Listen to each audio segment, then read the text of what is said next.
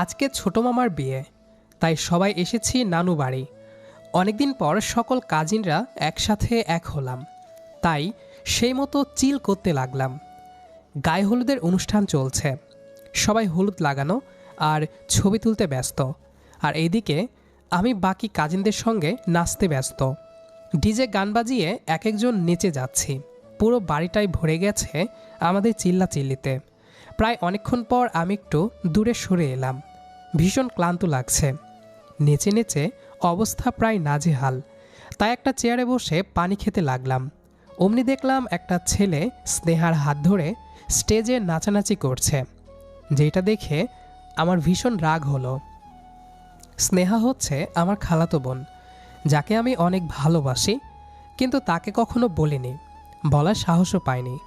যদি ভুল বুঝে, তাছাড়া সবেমাত্র ক্লাস 10-এ পড়ে, তাই ভাবছিলাম কিছুদিন পর সোজা বিয়ের প্রস্তাব দিব। মোটামুটি সবাই জানে আমি যে স্নেহাকে পছন্দ করি। স্নেহা নিজেও তালে তালে নাচতে লাগলো, যাকে বলে কাপল ডান্স। ছেলেটা যেন শুধু পারছে না স্নেহার ওপর উঠে যেতে। আমি একটু সামনে এগিয়ে গিয়ে দেখতে পেলাম ছেলেটা হচ্ছে এই গ্রামের চেয়ারম্যানের ছেলে সাব্বির। আমাদের সাথে সম্পর্ক খুব ভালো। ছোটবেলা যতবার এসেছি তার সাথে দেখা হয়েছে, কথা হয়েছে, কিন্তু আজকে যেন ওকে কিছুতেই মেনে নিতে পারছি না। শালা শেষমেশ কিনা আমার জিনিসের দিকেই চোখ দিল। আমি দাঁতে দাঁত চেপে ওদের দিকে তাকিয়ে রইলাম। বুকের ভেতরটা কেমন যেন পুড়ছিল। কেন জানি মনে হচ্ছিল কেউ আমার নিজের জিনিসটা আমার চোখের সামনে নিয়ে যাচ্ছে, অথচ স্নেহা এখনও আমার কিছু লাগে না। তবুও মনটা এই সহজ সত্যটা মানতে চাইছিল না। আমি ধীরে ধীরে চেয়ার থেকে উঠে ওদের দিকে এগিয়ে গেলাম। গানের শব্দে আমার পায়ের শব্দ চাপা পড়ে যাচ্ছিল, কিন্তু বুকের ভেতরে ধুকপুকানি আমি নিজেই শুনতে পাচ্ছিলাম।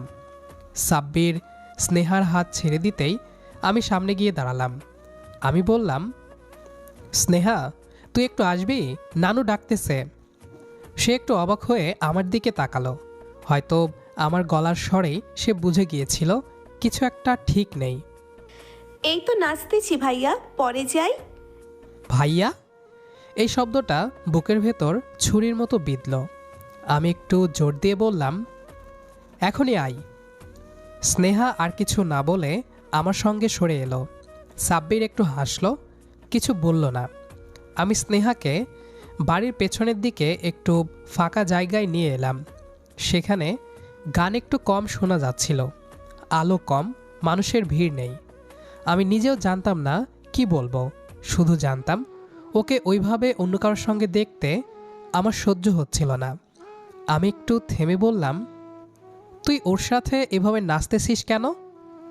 স্নেহা ভ্রুকুচকে বলল, এভাবে মানে? নাচ তো সবাই করছে। আমি বিরক্ত হয়ে বললাম, সবাই আর কাপল ডান্স এক না স্নেহা। সে একটু চুপ করে রইল, তারপর খুব ঠান্ডা গলায় বলল, তুমি কেন এত রাগ করছো নীরব ভাইয়া? এই প্রশ্নটাই আমার বুক ফাটিয়ে দিল। আমি চোখ সরিয়ে বললাম, না, এমনি ভালো লাগে না। সে একটু এগিয়ে এসে আমার সামনে দাঁড়ালো। মুখটা একেবারে শান্ত, কিন্তু চোখে অদ্ভুত একটা কৌতূহল। শুধু ভালো লাগে না? আমি উত্তর দিতে পারছিলাম না। কি বলবো? যে আমি তাকে ভালোবাসি? যে তুই আমার কাছে শুধু খালাতো বোন না? যে আমি তোর ভবিষ্যৎ নিয়ে স্বপ্ন দেখি? আমি চুপ থাকলাম। সে হালকা হেসে বলল, নীরব ভাইয়া, তুমি সব সময় আমার ব্যাপারে এত সিরিয়াস কেন থাকো? আমি ধীরে ধীরে ওর দিকে তাকালাম। আজ প্রথমবার মনে হলো স্নেহা আর আগের ছোট্ট স্নেহা নেই। ও বড় হয়েছে, চোখে পরিপক্কতা এসেছে, কথায় স্বাধীনতা এসেছে। আমি বললাম, কারণ তুই আমার কাছে গুরুত্বপূর্ণ। কিভাবে গুরুত্বপূর্ণ? এই প্রশ্নের কোনো নিরাপদ উত্তর আমার কাছে ছিল না। আমি শুধু বললাম, যেভাবে কিছু মানুষ থাকে যাদের নিয়ে মনটা বেশি চিন্তা করে। স্নেহা চুপ করে রইল। বাতাসে দূরের গানের শব্দ ভেসে আসছিল, হালকা হলুদের গন্ধ, আতশবাজির আলো, আর আমাদের মাঝখানে একটা অদৃশ্য দেওয়াল। সে আস্তে বলল, তুমি যদি না চাও আমি আর সাব্বিরের সাথে নাচবো না। আমি অবাক হয়ে তাকালাম। আমি সেটা বলিনি। তুমি বলো না, কিন্তু তোমার চোখ বলে। তোর জীবন তোর, আমি কেউ না যে তোকে আটকাবো। চল ভিতরে যাই, সবাই খুঁজবে। চলো। আমি ওর পেছনে পেছনে হাঁটতে লাগলাম। ভিতরে ঢুকতেই আবার গান, হাসি, হইচই সব গ্রাস করে নিল আমাদের। এই নীরব, কই গেলি এতক্ষণ? নাচ বাদ দিয়ে প্রেম করতে গিয়েছিলি নাকি? আমি বিরক্ত মুখে বললাম, চুপ কর, পানি খাচ্ছিলাম। পানি না, প্রেম। তুই কি খুব মার খেতে চাস? সবাই হেসে উঠল। স্নেহা পেছনে দাঁড়িয়ে মুচকি হাসছিল। সে হাসিটা আমাকে আরও অস্বস্তিতে ফেলল। তানিয়া এসে বলল, এই নীরব ভাইয়া, তুমি এত সিরিয়াস কেন আজ? বিয়েবাড়ি নাকি জানাজা? আমি জোর করে হেসে বললাম, আজ মুড অনেক খারাপ। কার জন্য? আমি তাকালাম স্নেহার দিকে। সে চোখ নামিয়ে নিল। কার জন্য আবার? ডিজে গান এত জোরে কেন বাজাচ্ছে? মাথা ধরে গেছে। আরে বাবা, ডিজে গান জোরে বাজবে না তো কি লরি গাইবে? লড়ি ভালো ছিল। এই সময় সাব্বির আমার সামনে এসে দাঁড়ালো। নীরব ভাই, মন খারাপ নাকি? আমি ঠান্ডা গলায় বললাম, না, ভালোই আছে। তাহলে এসো, এক রাউন্ড নাচ দেই। আমার নাচ শেষ। ও আচ্ছা, তাহলে স্নেহা? আমি উত্তর দেওয়ার আগেই স্নেহা বলল, না, আমি আর নাচবো না। সাব্বির একটু অবাক হয়ে তাকালো, তারপর হাসলো। ঠিক আছে। সে চলে গেল। আমি তাকালাম স্নেহার দিকে। তুই কেন বললি নাচবি না? মুড নাই। তোর মুড নাই হলো আমার জন্য? মানে? মানে আমি যদি না আনতাম তো তুই নাচতেই থাকতি। স্নেহা একটু রেগে বলল, তুমি কি আমাকে কন্ট্রোল করতে চাও নীরব ভাইয়া? না, আমি সেটা বলিনি। কিন্তু তোমার কথা এমনই শোনায়। আমি শুধু বলছি, উফ, তুই কি কিছু বুঝতে পারিস না? আমি কি বুঝবো? সব কিছু।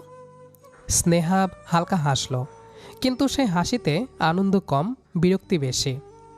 তুমি নিজেই কিছু বলো না, আবার চাও আমি সব বুঝে ফেলি। আমি চুপ করে গেলাম। সে একটু নরম গলায় বলল, নীরব ভাইয়া, তুমি ভালো কিন্তু অদ্ভুত। আমি অদ্ভুত না, আমি শুধু বেশি ভাবি। এইটাই সমস্যা। সমস্যা তো তুই নিজেই। এই, আমি আবার কি করলাম? তুই এমনভাবে তাকাস কেন? কেমন ভাবে? যেন কিছু জানিস কিন্তু বলিস না। কারণ কিছু জিনিস বললে নষ্ট হয়ে যায়। কি নষ্ট হয়? সে আমার দিকে তাকিয়ে একটু থেমে বলল, ম্যাজিক। তুই কি সিরিয়াল নাটক বেশি দেখিস? আর তুমি বেশি সিরিয়াস। মানে কি বলতে চাস? মানে তুমি অনেক কিছু ফিল করো কিন্তু বলো না। সব কথা বলা যায় না। কিছু কথা না বললে হারিয়ে যায়। আমি ওর দিকে তাকালাম। এই প্রথম মনে হলো হয়তো আমি শুধু ওকে আটকাতেই চাইনি, হয়তো আমি ওকে হারাতে ভয় পাচ্ছিলাম। দূরে কেউ ডাকলো, এই নীরব, খাবার রেডি। আমি দীর্ঘ শ্বাস ফেলে বললাম, চল খাই, না হলে তোর জন্যই আবার আমাকে দোষ দিবে সবাই। তুমি সব কিছুর দোষ আমার উপর দাও। কারণ তুই সহজ টার্গেট। তুমি খুব দুষ্টু। আর তুই খুব চালাক। খাবারের লাইনে দাঁড়াতেই বুঝলাম আজকের আসল যুদ্ধ নাজ বা সাব্বির না, যুদ্ধ হচ্ছে বিরিয়ানি। রাফিব প্লেট হাতে বলল, নীরব, লাইনে দাঁড়া, ভিআইপি এন্ট্রি নাই। আমি সিনিয়র, অবশ্যই আমার প্রাধান্য আছে।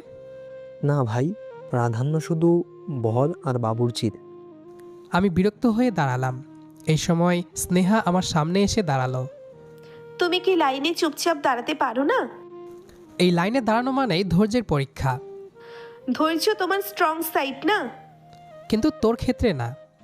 মানে? মানে তুই সামনে থাকলে আমি কনফিউজড হয়ে যাই। এইটাই আমার পাওয়ার। এই পাওয়ার বন্ধ কর। না। ঠিক তখন তানিয়া পেছন থেকে বলল, এই যে রোম্যান্টিক কাপল। চুপ করবি? আমি চুপ করলে তোর প্রেম চলবে কিভাবে? স্নেহা হেসে বলল, একদম ঠিক। দেখলি, আমার একমাত্র শত্রু তুই। আমি শত্রু না, আমি সাধারণ দর্শক।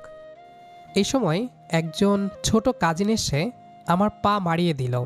আমি রেগে বললাম, এই কানা, চোখে দেখে হাঁট। সে বিরক্ত হয়ে বলল, তুমি রাস্তায় দাঁড়িয়েছ, এখানে আমার কি দোষ? সবাই হেসে উঠল। রাফি বলল, নীরব আজ সব দিক থেকেই মারা খাচ্ছে। এটাই আমার জীবন। খাবার হাতে নিয়ে বসতেই স্নেহা আমার পাশে এসে বসলো। এত জায়গা থাকতে এখানেই বসতে হলো। তুমি একা খেলে খাবার হজম হবে না। আমি ডাক্তারের কাছে যাব। আমিই ডাক্তার। তুই তো সায়েন্সে ফেল। মিথ্যা কেন বলো? আমি কেবল তোর সাথে মিথ্যা বলি। মানে? মানে তোকে খোঁচাতে ভালো লাগে। সে হেসে ফেলল। ঠিক তখন সাব্বির দূর থেকে চিৎকার করে বলল, স্নেহা, তোমার জন্য চাটনি আনবো? না, লাগবে, ধন্যবাদ। আমি ফিসফিস করে বললাম, চাটনি না, নাটক। তুমি খুব হিংসুটে। আমি প্রোটেক্টিভ। এইটা হিংসা। এটাই ভালোবাসা। তুমি আবার সিরিয়াস হচ্ছ? ঠিক আছে, সিরিয়াস বাদ। এই সময় ডিজে আবার ঘোষণা দিল, পরবর্তী গান কাজিন স্পেশাল ডান্স। সব কাজিন উঠে দাঁড়ালো। নীরব, এবার আর তোর রেহাই নাই। আমি আহত সৈনিক। এইটা যুদ্ধ। স্নেহা আমার হাত ধরে টেনে তুলল। চলো। আমি নাচতে পারি না। তুমি পারো। আরে আমি সত্যি পারি না, পরে সবাই হাসাহাসি করবে। আমি আছি তো। এইটা কি থ্রেট? না, এইটা সাপোর্ট। মঞ্চে উঠেই আমি 2 পা ভুল স্টেপে ফেললাম। রাফি বলে উঠল, এটা নাচ না ভূমিকম্প? এইটা আমার স্টাইল। সবাই হেসে উঠল। শেষে ডিজে মাইক দিয়ে বলল, এই যে ওই ছেলেটা নীল পাঞ্জাবি, ওর জন্য সবাই একবার তালি দেন। আমি থমকে গেলাম। নীরব সেলিব্রিটি হয়ে গেছে। তোমাকে অনেক কিউট লাগছে। এটা অপমান না প্রশংসা? দুটোই। ডান্স শেষ হতেই আমি হাঁপাতে হাঁপাতে নামলাম। আমি ঘোষণা দিচ্ছি, আমি আর কোনোদিন নাচব না। এই ঘোষণা আগেও দিয়েছিলি।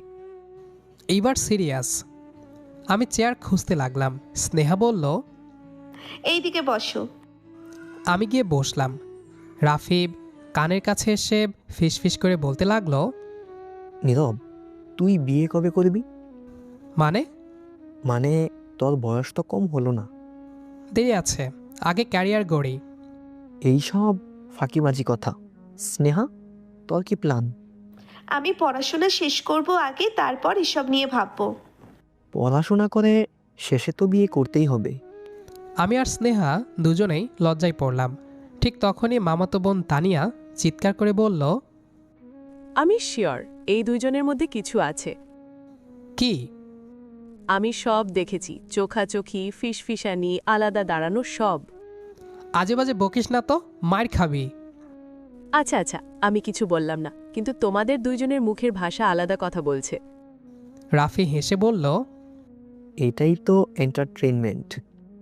স্নেহা মুখ নামিয়ে চুপ করে দাঁড়িয়ে রইল। আমি বুঝলাম কথাটা ওর গায়ে লেগেছে। আমি হালকা রেগে বললাম, এসব কথা কি বলা অনেক প্রয়োজন? আরে মজা করছিলাম। মজা সব জায়গায় ভালো লাগে না। তানিয়া একটু অবাক হলো। ও সরি। আমি আর কিছু না বলে চেয়ার থেকে উঠে চলে যেতে লাগলাম। পেছন থেকে স্নেহা ডাকলো, নীরব ভাইয়া দাঁড়াও। আমি থামলাম, কিন্তু ঘুরলাম না। স্নেহা কাছে এসে বলল, তুমি রেগে গেছো? না। জানি তুমি রেগে আছো। আমি দীর্ঘ শ্বাস ফেললাম। আমি শুধু এসব নাটক পছন্দ করি না। নাটক তো তুমি নিজেই করছো। আমি ওর দিকে তাকালাম। আমি কি করলাম? তুমি আমাকে নিয়ে কনফিউজড, আবার সবাই কিছু বললেও রেগে যাও। কারণ আমি চাই না কেউ তোর ব্যাপারে বাজে কথা বলুক। কিন্তু তুমি নিজেই তো কিছু পরিষ্কার করো না। আমি চুপ করে গেলাম। সে একটু নরম গলায় বলল, তুমি জানো সবাই যা বলছে সেটা আমার গায়ে লাগে। আমি জানতাম না এসব কিছু হবে। তুমি কখনো জানতে চাও না। এই কথাটা একটু শক্ত ছিল। আমি বললাম, তাহলে তুই কেন কখনো বলিস না? আমি ভেবেছিলাম তুমি বুঝবে। আমি এত গুছিয়ে বলতে পারি না। এইটাই তো সমস্যা। তাহলে বল, কি বলবি? সে একটু থেমে গেল। চারপাশে মানুষের শব্দ, হাসি, গান সব ধীরে ধীরে দূরে চলে যাচ্ছে মনে হলো। তুমি আমাকে নিয়ে কি চাও নীরব ভাইয়া? এই প্রশ্নে আমি একেবারে থেমে গেলাম। আমি তো কিছু চাই না। এইটাই তোমার মিথ্যা। মিথ্যা না, ভয়। কিসের ভয়? তুই যদি ভুল বুঝিস। আর তুমি যদি কিছু না বলো আমি ভুল বুঝতেই থাকবো। আমি ওর চোখের দিকে তাকালাম। যদি বলি বুঝবি? অবশ্যই বুঝবো, তুমি শুধু বলো। আমি তোকে ভালোবাসি। এই প্রথম শব্দটা মুখ দিয়ে বের হলো। আমার নিজের কানে নিজের কথায় অদ্ভুত লাগলো। স্নেহা থমকে গেল। কি বললে? আমি তোকে ভালোবাসি, অনেক দিন ধরে। আমি জানি না এটা বলা কি ঠিক না ব্যাঠিক, কিন্তু এটা সত্য। তাহলে তুমি এতদিন শুধু আমাকে ঘুরিয়ে বেড়াচ্ছিলে? না, আমি নিজেকেই ঘোরাচ্ছিলাম। তুমি জানো তুমি আমাকে কতটা কনফিউজড করেছো। আমি ভাবতাম তুমি শুধু আমাকে ছোট বোনের মতোই দেখো। না, কখনোই না। তাহলে তুমি কখনো বলনি কেন? কারণ আমি তোর ভবিষ্যৎ নষ্ট করতে চাইনি। তুমি কি ঠিক করবে আমার ভবিষ্যৎ নিয়ে? আমি চুপ করে গেলাম। স্নেহা কাপা গলায় বলল, আমি ছোট না নীরব ভাইয়া। আমি জানি। তাহলে? আমি শুধু চাইছিলাম তুই প্রস্তুত হ, তোর পড়াশোনা শেষ হোক, তোর লাইফ সেট হোক। আর তুমি? আমি অপেক্ষা করছিলাম। স্নেহা একটু হেসে ফেলল, কিন্তু সেই হাসিতে কান্না লুকানো। তুমি এত ধৈর্যশীল কেন? কারণ তুই আমার কাছে গুরুত্বপূর্ণ। তুমি জানো তুমি যখন সাব্বিরকে দেখে রেগে গেলে আমার ভালো লেগেছিল। কেন? কারণ তখন মনে হয়েছিল তুমি আমাকে নিয়ে কেয়ার করো।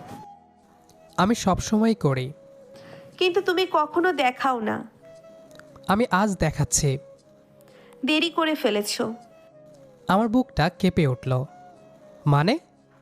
মানে আমি তোমাকে পছন্দ করতে শুরু করেছিলাম অনেক আগে। সত্যি? হ্যাঁ, কিন্তু তুমি কখনো কিছু বলনি। আমি ভাবলাম আমি ভুল ভাবছি। আমি বোকা। অনেক। যেই বোকামির কোনো ক্ষমা হয় না। তাহলে ক্ষমা কর। এত সহজ না। তাহলে আমি অপেক্ষা করব। আবার? হ্যাঁ, যত দিন লাগে। আমি পুরোপুরি রাগ করিনি, কিন্তু সহজে মাফও করব না। ঠিক আছে, সমস্যা নেই। তুমি কি করবে? প্রতিদিন একটু একটু করে প্রমাণ করব কি প্রমাণ? যে আমি শুধু ফিল করি না, আমি দায়িত্বও নিতে পারি। ঠিক আছে, আমিও দেখব কতটুকু দায়িত্ব সামলাতে পারো। আমি আর স্নেহা পাশাপাশি হাঁটতে হাঁটতে আবার ভিড়ের মধ্যে ঢুকলাম। কিন্তু আগের মতো আর কিছুই আগের মতো ছিল না। আমাদের দুজনের মাঝখানে যে অদ্ভুত অদৃশ্য দেওয়ালটা ছিল, সেটা যেন একটু সরে গেছে। আমি কথা বলছিলাম না, স্নেহাও না, কিন্তু নীরবতার ভেতর আর অস্বস্তি ছিল না, ছিল শান্তি। স্নেহা ফিসফিস করে বলল, এখন কেউ কিছু বুঝলে ঝামেলা হবে। আমিও তাই ভাবছিলাম। তাহলে? আপাতত আমরা নর্মাল থাকব। মানে তুমি আমাকে আর চোখ দিয়ে খুন করবে না? চেষ্টা করব না করতে। আর তুমি সাব্বিরকে দেখলেই রেগে যাবে না তো? এটার গ্যারান্টি দিতে পারবো না। আমরা কি এখন বয়ফ্রেন্ড গার্লফ্রেন্ড? তোর যা ভাবার ভাব, আমি শুধু জানি তুই আমার, ব্যাস, আর কিছু শুনতে চাই না। এইটা কি ফেসবুক স্ট্যাটাস? না, এটা হৃদয়ের স্ট্যাটাস। বিয়ের অনুষ্ঠান শেষ হলো, সবাই যার যার বাড়িতে চলে গেলাম। স্নেহা আবার পড়াশোনায় ব্যস্ত হয়ে গেল, আমি নিজের কাজে। মাঝে মাঝে কথা হতো। পড়াশোনা কেমন চলছে? চলছে। তুমি কেমন আছো? তোর অপেক্ষায়। নাটক কম করো। সত্যি বলছি। সে হেসে দিত। এইভাবে মাস কেটে গেল। কেউ জানলো না, কেউ বুঝলো না, কিন্তু আমাদের দুজনের ভেতরে একটা সম্পর্ক গড়ে উঠছিল। একদিন আম্মু বললেন, নীরব, তুই স্নেহার খোঁজখবর একটু বেশিই রাখিস না? আমি একটু ঘাবড়ে গেলাম। মানে? ও তো আমার কাজিন। শুধু কাজিন? আমি চুপ করে গেলাম। আম্মু কিছুক্ষণ তাকিয়ে থেকে বললেন, তুই যদি সিরিয়াস হস আমাকে আগে বলবি। আমি মাথা নেড়ে দিলাম। সে রাতে স্নেহাকে বললাম, আম্মু সন্দেহ করছে আমাদের নিয়ে। ভয় পাচ্ছ? না, প্রস্তুত হচ্ছে। তুমি শুধু ঠিক থেকো। 6 মাস পর স্নেহার পরীক্ষা শেষ হলো। আমি আম্মুর সামনে বসে বললাম, আমি স্নেহাকে পছন্দ করি। কবে থেকে? অনেক দিন। তুই কি সিরিয়াস? একদম। স্নেহা জানে? জানে।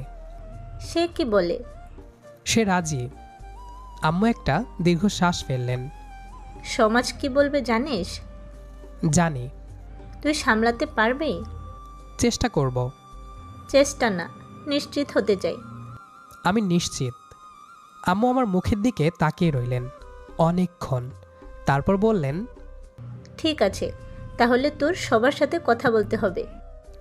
আমার বুকের ভেতর হালকা কাঁপুনি নিয়ে বললাম, কখন? আগে স্নেহার মতামতটা আবার নিশ্চিত করি। আরও বললেন, মেয়ের ইচ্ছা না থাকলে আমি একদমই এগোবো না। আমি বললাম, ও রাজি আছে। তবুও আমি নিজে শুনতে চাই। 2 দিন পর আমরা আবার নানুবাড়ি গেলাম। কোনো অনুষ্ঠান না, কোনো ভিড় না, শান্ত দুপুর। আম্মু স্নেহাকে আলাদা করে বসালেন। স্নেহা মা, তুই যা পড়াশোনা শেষ করেছিস ভালো লাগছে। এখন একটা কথা জিজ্ঞেস করব, খারাপ লাগলে বলবি। স্নেহা একটু লাজুক হয়ে বলল, বলুন খালামণি। নীরবকে নিয়ে তোর কোনো ভাবনা আছে? স্নেহা 1 সেকেন্ড তাকিয়ে রইল। তারপর মাথা নিচু করে বলল, আছে। জোর করে কিছু বলছিস? না। তাহলে তুই নিশ্চিত? জি। ঠিক আছে, তাহলে আমরা বড়দের সাথে কথা বলবো। স্নেহা লজ্জায় লাল হয়ে গেল। সে সন্ধ্যায় মামা মামি খালা খালু নানু আম্মু সবাই বসল। আম্মু বললেন, আমরা নীরব আর স্নেহার ব্যাপারে কথা বলতে চাই। ওরা একে অপরকে পছন্দ করে এবং বিয়ে করতে চায়। তাই আমিও সিদ্ধান্ত নিয়েছি দুজনকে এক করে দেওয়ার।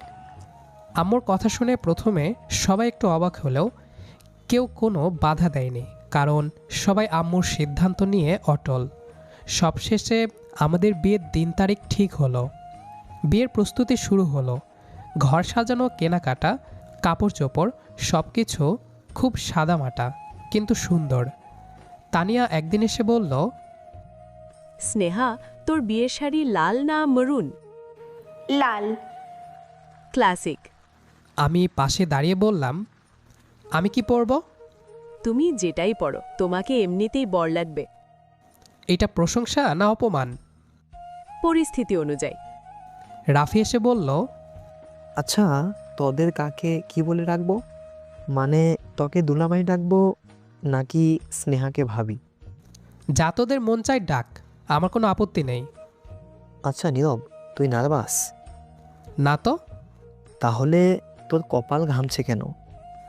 গরমে। গরম না, এটা ভালোবাসার জ্বর।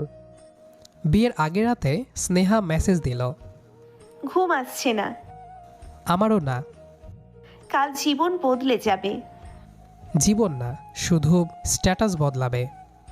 বিয়ের দিন সকালটা অদ্ভুত শান্ত ছিল। আকাশ পরিষ্কার, বাতাস নরম, ঘর জুড়ে ফুলের গন্ধ। আমি সাদা পাঞ্জাবি আর লাল শেরওয়ানি পরেছি। রাফি আমার কলার ঠিক করে দিচ্ছে। এখন তুই শুধু অফিসার না, স্বামী পদবিটাও পেতে যাচ্ছিস। এই পদটা কি promotion? Life time posting. Are you ready? জন্ম থেকেই। সবশেষে আমাদের বিয়ে সম্পন্ন হলো। সবাই অনেক খুশি। সব শেষ হলে স্নেহা আমার পাশে দাঁড়ালো। এখন আমি তোমার কি? আমার ঘরওয়ালি। আগে কি ছিলাম? আমার স্বপ্ন। স্বপ্ন মানে আমাকে সবসময় কেয়ার করতে হবে, তাই না? আমি হাত বাড়িয়ে ওর কানের পেছনে হালকা ঠাট্টা করলাম। হ্যাঁ, আজ থেকে আমাদের জীবন একসাথে হাসি আর মজার সঙ্গে কাটবে। শেষ পর্যন্ত বোঝা গেল ভালোবাসা সবসময় বড় বড় কথায় হয় না। কখনো তা শুরু হয় একটা হিংসুটে রাগ থেকে, কখনো একটা না বলা সত্য থেকে, আর কখনো ভাইয়া শব্দটার ভেতরে আটকে থাকা নিঃশ্বাস থেকে। নীরব আর স্নেহার গল্পটা ছিল অপেক্ষার, ভুল বোঝাবুঝি, লজ্জা, ভয় আর সমাজের কথার ভেতর দিয়েও দুজন মানুষ ধীরে ধীরে শিখেছে ভালোবাসা মানে কেবল ফিল করা না, ভালোবাসা মানে দায়িত্ব নেওয়া, পাশে দাঁড়ানো আর শেষ পর্যন্ত হাতটা ধরে রাখা। আজ সেই খালাতো বোনই যখন রোমান্টিক বউ, তখন বোঝা যায় সম্পর্ক বদলালেও ভালোবাসার মূল জিনিসটা বদলায় না, শুধু নাম বদলায়, আপন মানুষটা একই থাকে। গল্পটা যদি আপনার মন ছুঁয়ে যায় তাহলে ভিডিওটিতে একটি লাইক দিয়ে জানিয়ে দিন আপনার ভালো লাগা। কমেন্ট করে বলুন নীরবের আমি তোকে ভালোবাসি নাকি স্নেহার আমি রাজি, কোন মুহূর্তটা আপনার সবচেয়ে প্রিয়। আর এমন আরও মিষ্টি রোমান্টিক ভয়েস লাভ স্টোরি শুনতে এখনই আমাদের চ্যানেলটি সাবস্ক্রাইব করুন এবং বেল আইকনটা চাপতে ভুলবেন না। আবার দেখা হবে নতুন এক ভালোবাসার গল্প নিয়ে। ততক্ষণ পর্যন্ত ভালো থাকুন, ভালোবাসায় থাকুন।